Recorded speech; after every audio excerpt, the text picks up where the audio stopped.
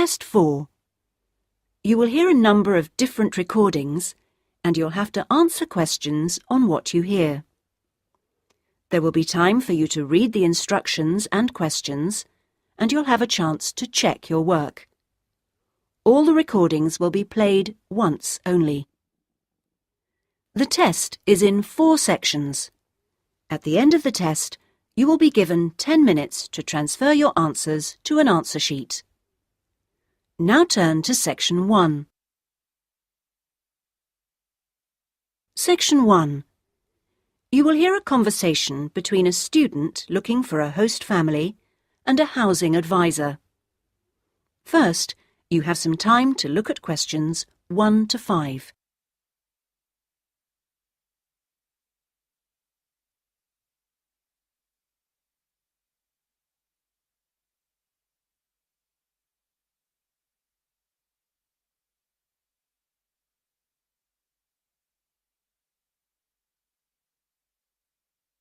You will see that there is an example which has been done for you.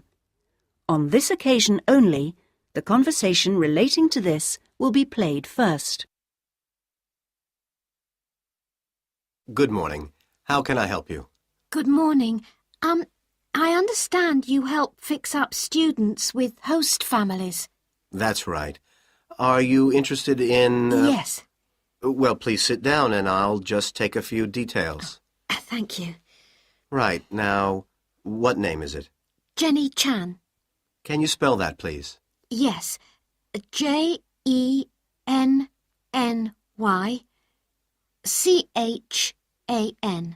Right. And what is your present address? The student's name is Jenny Chan, so Jenny Chan has been written on the form. Now we shall begin. You should answer the questions as you listen, because you will not hear the recording a second time. Listen carefully and answer questions 1 to 5. Good morning. How can I help you? Good morning. I understand you help fix up students with host families. That's right. Are you interested in... Yes. Well, please sit down and I'll just take a few details. Thank you. Right. Now, what name is it? Jenny Chan. Can you spell that, please? Yes. Jenny. Chan.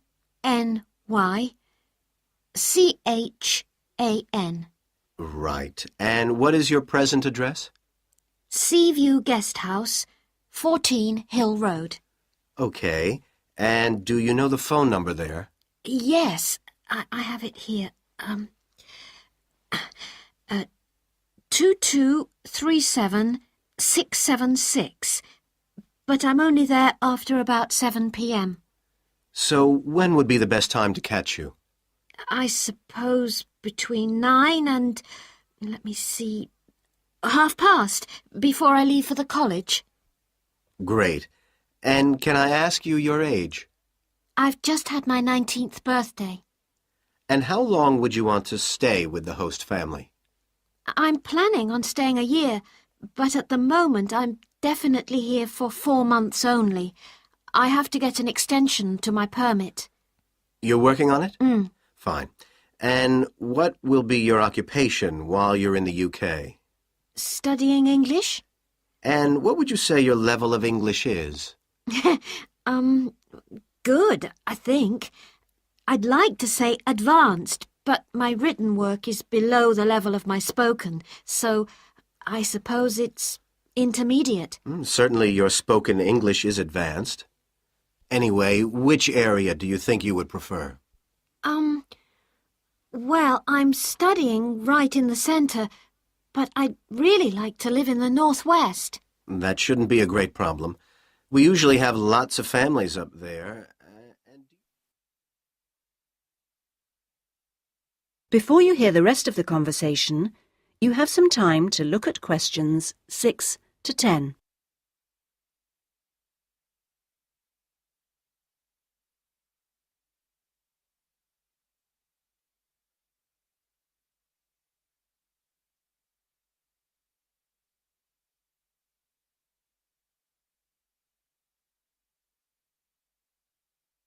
Now listen and answer questions 6 to 10. And do you have any particular requirements for diet? Well, I'm nearly a vegetarian. Not quite. Shall I say you are? It's probably easier that way. That would be best. Anything about your actual room? I would prefer my own facilities. En suite, is that right? Mm-hmm. And also, if it's possible, a TV. And I'd also like the house to have a real garden, rather than just a yard. Somewhere I could sit and be peaceful. Is that all? Well, I'm really serious about improving my English, so I'd prefer to be the only guest, if that's possible. No other guests. Yes, you get more practice that way. Anyway, obviously, all this is partly dependent on how much you're willing to pay. What did you have in mind? I was thinking in terms of about £60 to £80 a week, but I'd go up to 100 if it was something special. Well, I don't think we'd have any problems finding something for you. Oh, good. And when would you want it for? I'd like to move in approximately 2 weeks.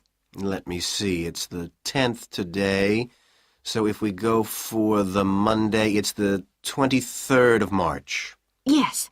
Right. Good, and if I could ask one last question. That is the end of section 1. You now have half a minute to check your answers.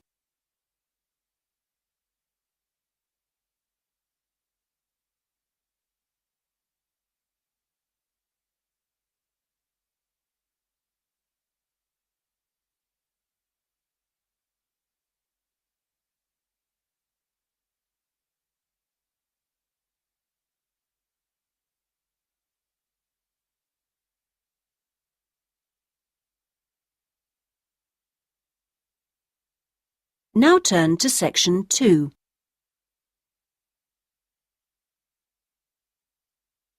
Section 2.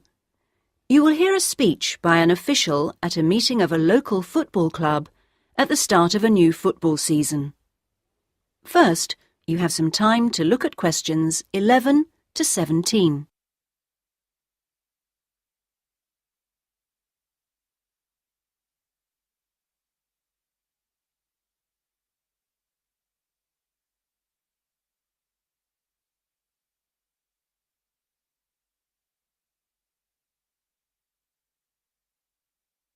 Now listen carefully and answer questions 11 to 17. Good evening, everyone, and thank you for coming to the soccer club meeting. It's good to see so many parents and children here tonight, and I know you're looking forward to a great football season.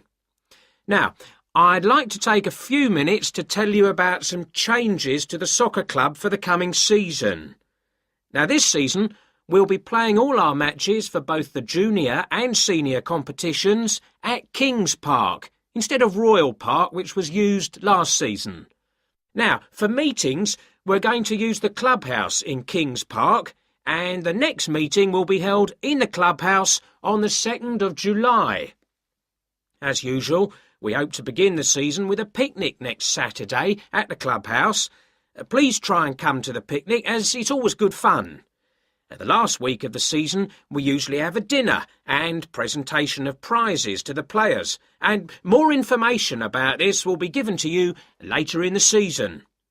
This season, we have more teams than ever. We hope to have 10 teams instead of 5 in the junior competition, and they'll play on Saturday mornings beginning at 8:30 a.m. Training sessions will be held in Kings Park on Wednesday afternoons for the juniors, and they will be wearing red shirts again this year. In the senior competition, there will be 4 teams, same as last year, and their games will be played on Saturday afternoons starting at 2:30. It will be at a 2 o'clock start, and the training session for seniors is planned for Sunday afternoons. Before you hear the rest of the speech, you have some time to look at questions 18 to 20.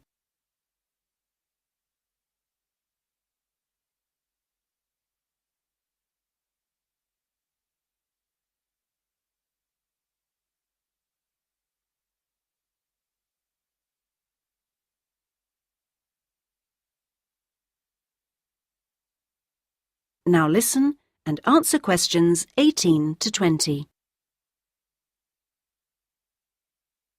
Now, I'd like to introduce you to the new committee for the soccer club for this season. Firstly, let me welcome Robert Young, the new president, who will manage the meetings for the next 2 years. Robert's son has been playing football with the club for over 5 years now, and many thanks to Robert for taking on the job of president. Next, we have Gina Costello. She's the treasurer, and she'll collect the fees from you for the season. Please try and give Gina your fees as early as possible in the season, as the club needs the money to buy some new equipment.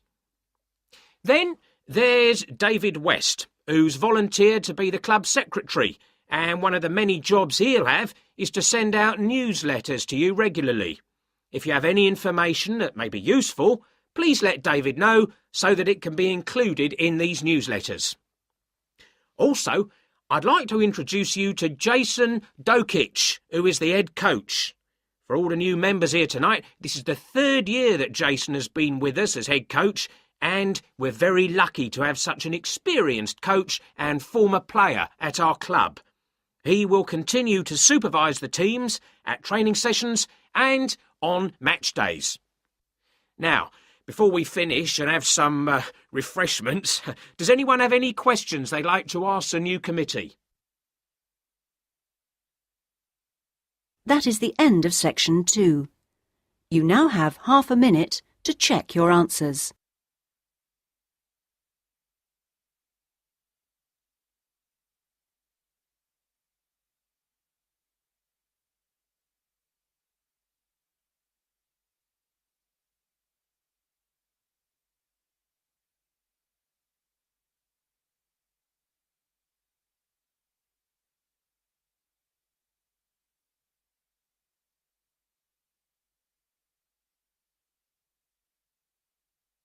Now turn to section 3.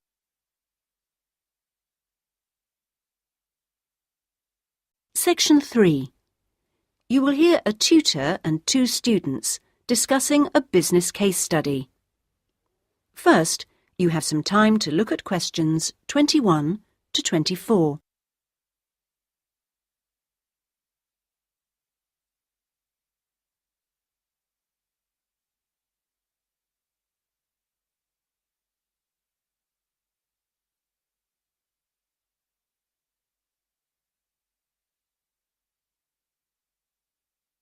Now listen carefully and answer questions 21 to 24. Right, Jason and Karen. Now, I asked you to look at the case study for Box Telecom as part of your exam assessment. It's interesting because they're in the middle of problems at the moment, and I want you to track how they deal with them. Let's start with you, Karen. Having read through the case study, can you just summarise what the problems were that Box Telecom had to take on board? Well, of course, what first came to their attention was that despite a new advertising campaign, they were suffering from falling sales, and this is something that had many causes. On top of that immediate problem, what had also happened over the last 2 years was that although they had invested in an expansion plan, they had to face up to increased competition. And before they had a chance to get to grips with the effects of that, they were stalled by a strike. And it was just when they were thinking about making a colossal investment in new machinery for their plants. So they were really in trouble. Yes, I think that's fair. And, Jason, now you contacted the company, didn't you? What did the company define as the reasons for these problems? Well, I think they've hit on the right things. It would be easy to say they had invested too heavily or at the wrong time, but in fact the signs were good, and what they were set back by was high interest rates. At the same time, their longer-term problems, which were affecting their market share, were eventually credited to poor training. And having looked at the details in their last report, I think that's right. Before you hear the rest of the discussion, you have some time to look at questions 25 to 30.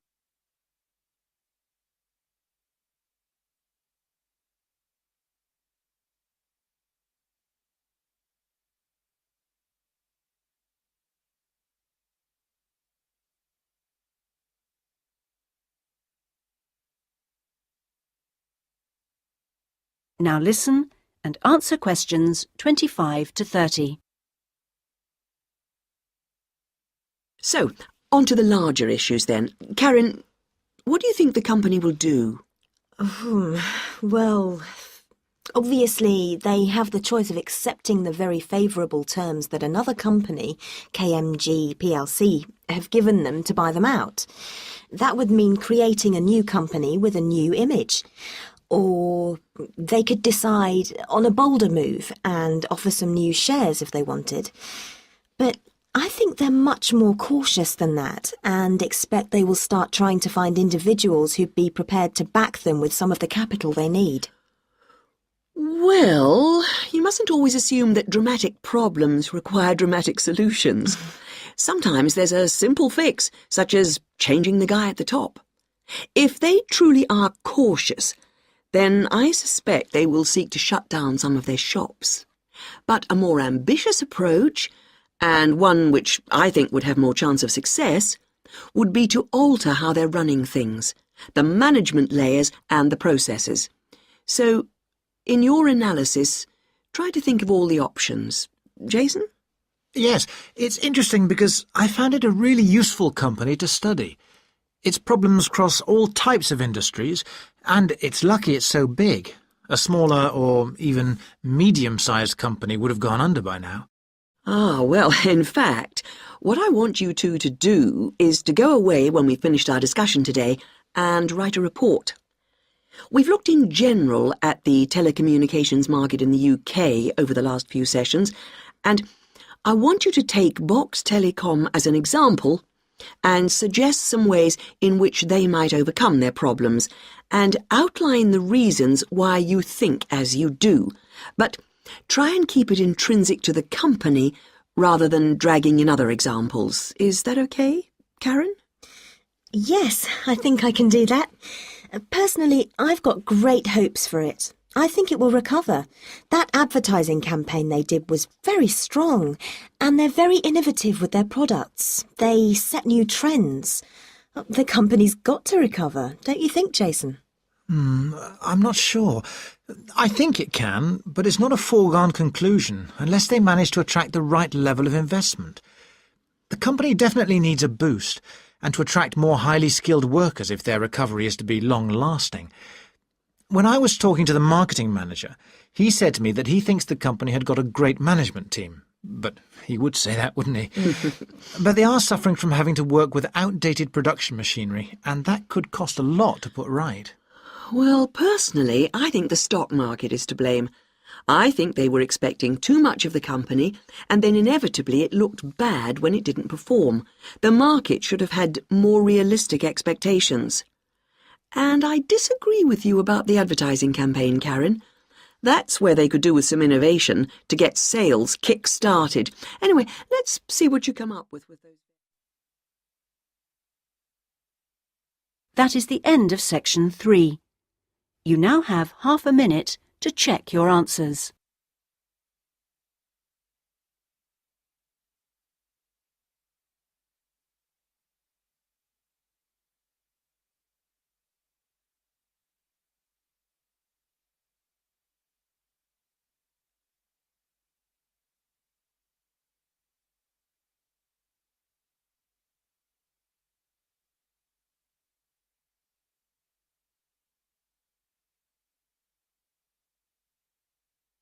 Now turn to section 4.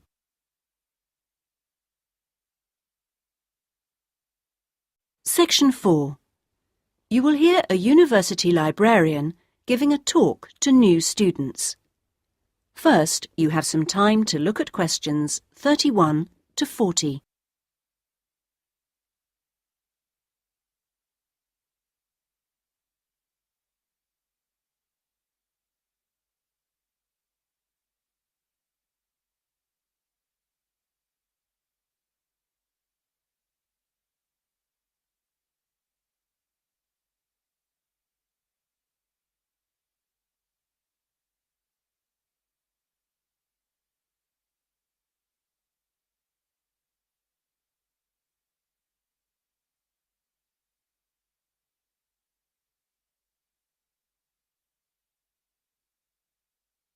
Now listen carefully and answer questions 31 to 40.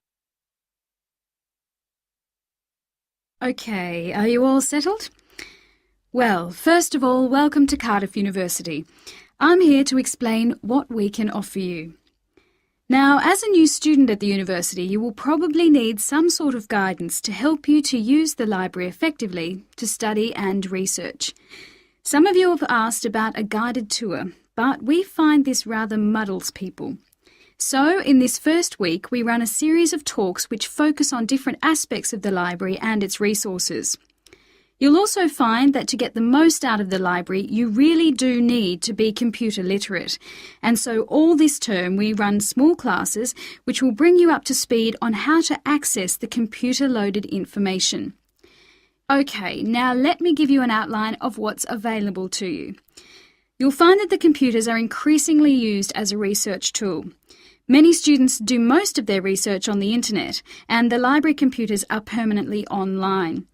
Having found what you need, you'll find you can readily save texts on your personal computer space to print off when you need.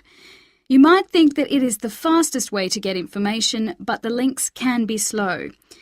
Clearly, you can find lots on there, but much of it is useless information, as it is from highly debatable sources, so be critical. You'll also find that the library has loaded several CD-ROMs onto the computers from specialist reference sources, such as the MLA. It means we can expand what we offer you at very little extra cost and saves us having to invest in more and more books. The CD-ROMs contain exactly the same information as the reference books, as the two are updated together. Now, most of you will need to refer to journal articles in your work, and you'll find you can also access these online, and we encourage you to do so. Clearly, some of you will find the printed version more accessible as it sits on the shelves, but I'm afraid the intention is to phase these out eventually. However, you will still be able to print off a version of the text rather than photocopying the journal pages. So you must get used to working online. Naturally, we do still have the full range of classic reference books, additional to the CD-ROMs for you to use, and there are several copies of each one. This is because some of you may prefer to borrow a book rather than sit in the library. There is a restricted loan time on these so that they are not missing from the shelves for too long.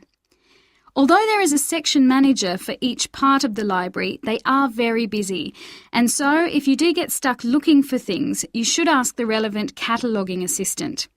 As your training supervisor, I just oversee your induction and will not be around after this initial week.